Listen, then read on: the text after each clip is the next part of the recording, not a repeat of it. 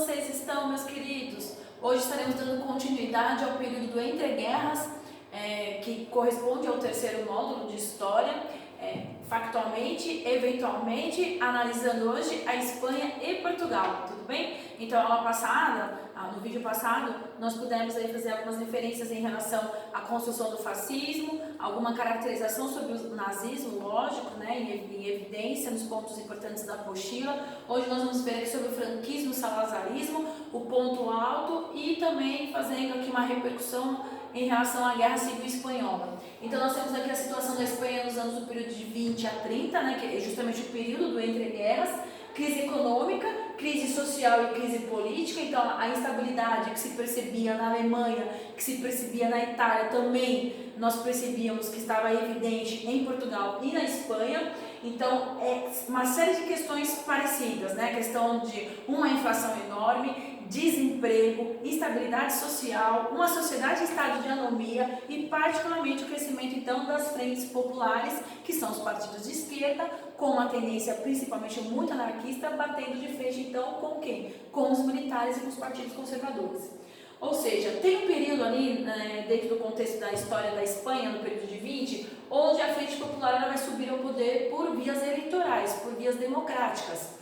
E aí vai fazer algumas reformas aqui. Então, por exemplo, aqui, programa, né? Assegurar a defesa da liberdade, assegurar a defesa da paz, combater a crise agrícola, comercial e industrial, a laicização do Estado, direito à greve, ou seja, eram tendências impopulares no sentido da burguesia e de uma classe com privilégios espanholas, que tinha ali, na verdade, uma tendência fascista. Então, as reformas da Frente Popular vai prejudicar em muito esse contexto das rebeliões e das revoltas na Espanha.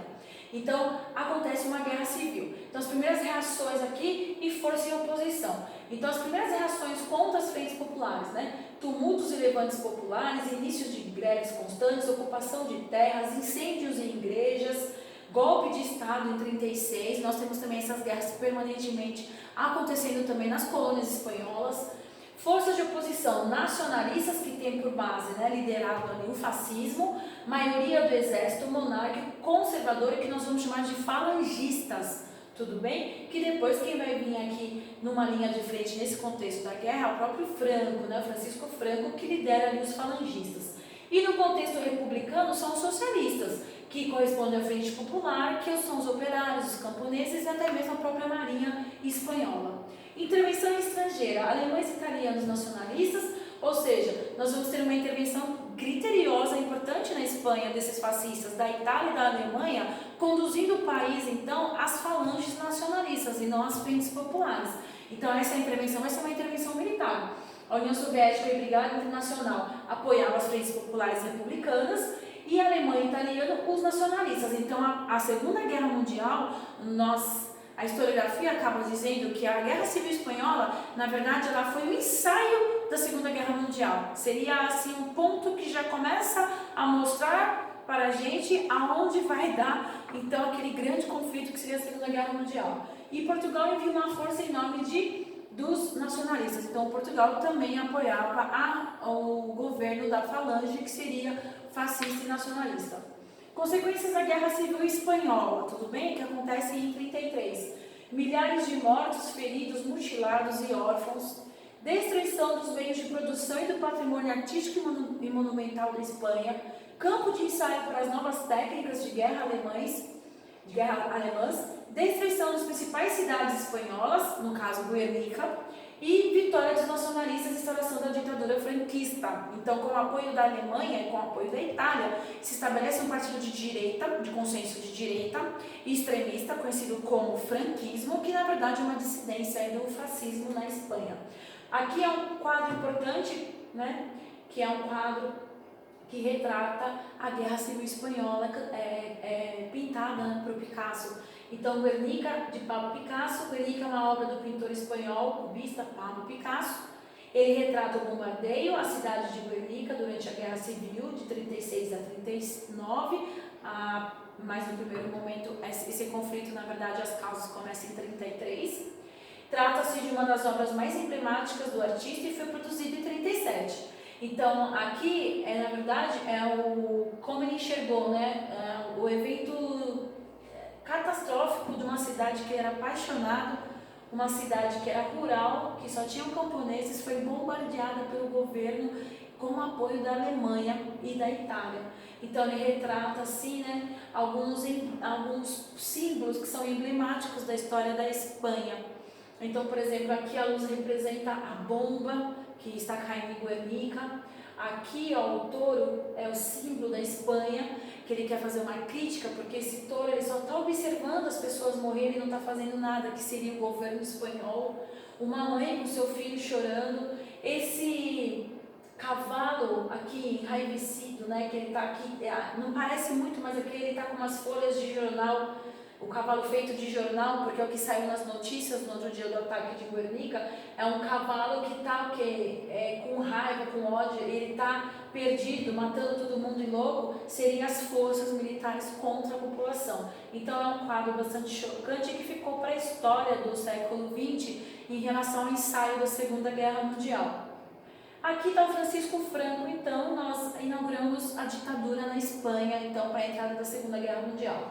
Líder único da Espanha, católico e nacionalista, perseguições e fuzilamentos, igualzinho como nós conseguimos no Hitler ou no Mussolini. Ele tem a mesma tendência, simpatizante do fascismo, passa por ter uma grande crise econômica para resolver na história da Espanha, baixa capacidade de produção, está ligado diretamente com as crises que antecedem a partir da crise de 29, 39 o Pacto Anticomitê, que é o Pacto de Aço, então, com, no caso, os países do eixo, né, que seria ali junto com a Alemanha, política de neutralidade. Em novembro de 75 ele morre, só em 75 que acaba a ditadura de Franco na Espanha. E nós temos aqui o salazarismo, que é em Portugal. Portugal também foi uma ditadura de consenso de direita, hein, galera? 1910, início da República, também, particularmente, todos os países que se instalaram uma ditadura de consenso de direita, naquele momento, a caracterização era igual. Então, você tem governos instáveis, papel dos militares cada vez mais relevante. 26, grave crise econômica. Em 29, pega uma crise pior ainda, a partir da crise de 29, e militares acabam assumindo. Entre eles, importantes ali, General Gomes da Costa, Oscar Carmona e, por último, Antônio de Oliveira Salazar, que é o presidente real do salazarismo. Então, ele governou de 1932 a 1968, até ficou bastante tempo no poder, concentrou todos os poderes na mão, já que é uma ditadura, impôs o fim da diversidade partidária, União Nacional como partido único, controle dos movimentos trabalhistas e democratização somente em 74, com a Revolução, que ficou conhecida como Revolução dos Cravos. Então, particularmente, todos deram um golpe mais ou menos na mesma época e ficaram permanentemente numa ditadura até 74, 75, que é algo que é bastante parecido até mesmo com a história do Brasil, tá? Essa Revolução dos Cravos foi uma revolução social, onde os portugueses pediam a saída da ditadura e a instalação de uma nova república. Curiosidades aqui para vocês. Salazar se inspirou no modelo fascista da Itália, adotou medidas em favor de representantes de capital, os quais apoiaram a essência do cargo de primeiro-ministro, muito parecido com a história do Mussolini, né? Então, ou seja, sempre lá agradando, condicionando, fazendo uma política que beneficiasse uma classe burguesa de direita, né? A preservação de privilégios daquela alta burguesia. De uma forma, vamos dizer assim, ideológica, o que representa o salazarismo? Reunião de doutrinas políticas ou regime de governo político, econômico e social do ditador português Antônio de Oliveira Salazar, o regime político e ditatorial que por ele foi utilizado e implementado em Portugal de 32 a 68, baseado num contexto fascista, a doutrina fascista, tudo bem? A Revolução dos Cravos é a revolução que vai tirá-lo do poder, que vai instalar uma nova forma de governo representativo e a volta à democracia. Então foi um evento onde manifestantes saíam na rua e colocavam um cravo, que é uma flor simbólica de Portugal, no cano do fuzil dos soldados.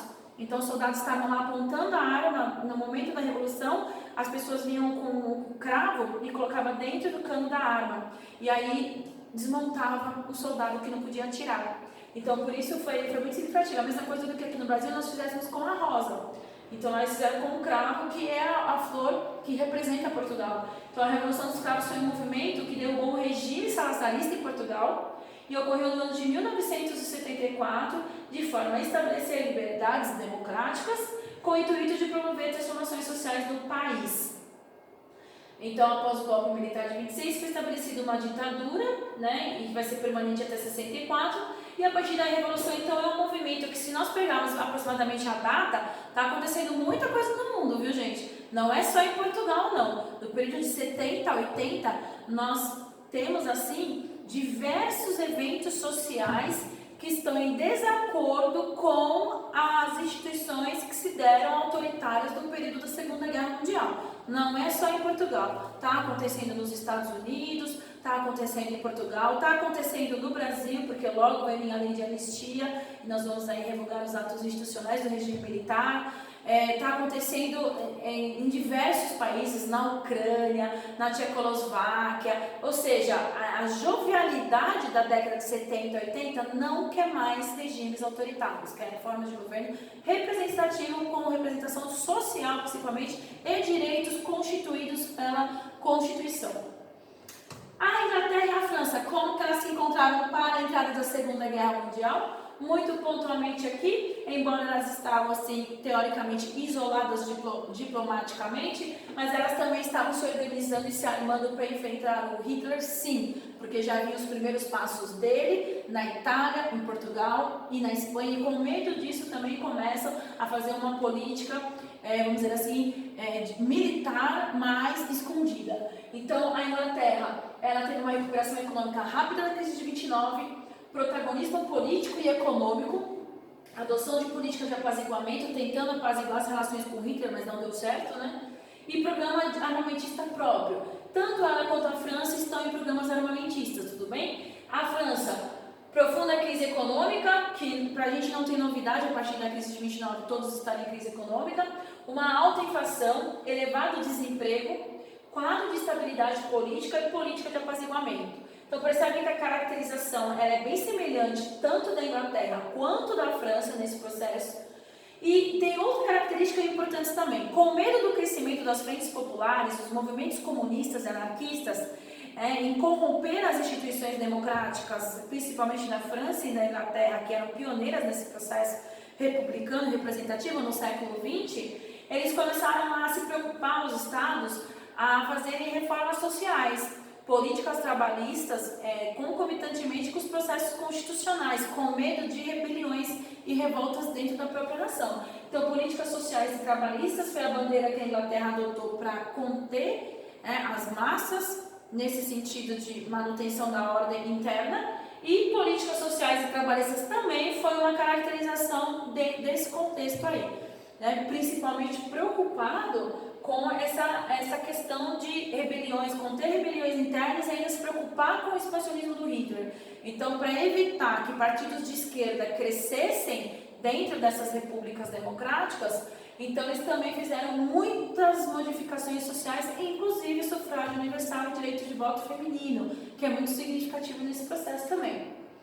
E nós entramos aqui, vamos pisar um pouquinho na União Soviética e demais partidos comunistas do mundo. Então, nós fizemos uma análise, né, assim, linkando alguns pontos importantes, porque nós entramos no Entre Guerras, relatando o que é partido de consenso de direita, partido de consenso de esquerda, num contexto geral. A partir daí, nós somamos uma grande crise econômica, que é a crise de 29, e o fortalecimento e a ascensão, então, de líderes ditatoriais e autoritários. A estabilidade e a formação desses partidos de direita, autoritário, então, nessas potências que vão estar diretamente ligadas ao movimento da Segunda Guerra Mundial, que então é a ascensão do fascismo, do nazismo, do salzarismo, do franquismo, em oposição à França e à Inglaterra, tentando estabelecer a questão social e trabalhista da sua nação para poder ter estabilidade para aguentar uma guerra, porque não dá para ficar com conflito interno e conflito externo. E agora nós temos que analisar quem? A fofolete da Rússia.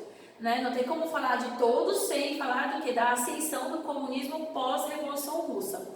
Então, posterior a esse contexto da Revolução Russa, e na verdade da ascensão e o fortalecimento do comunismo, então nós vamos estar trabalhando isso concomitantemente com a entrada definitiva da Segunda Guerra Mundial. Então, na próxima videoaula, tudo bem? Então, nós vamos aqui se organizar, vocês me lembrem que eu parei aqui na Rússia, e é o nosso assunto da próxima aula. Então aqui vamos nos ver aí com muita saudade. Um abraço e um beijo no coração.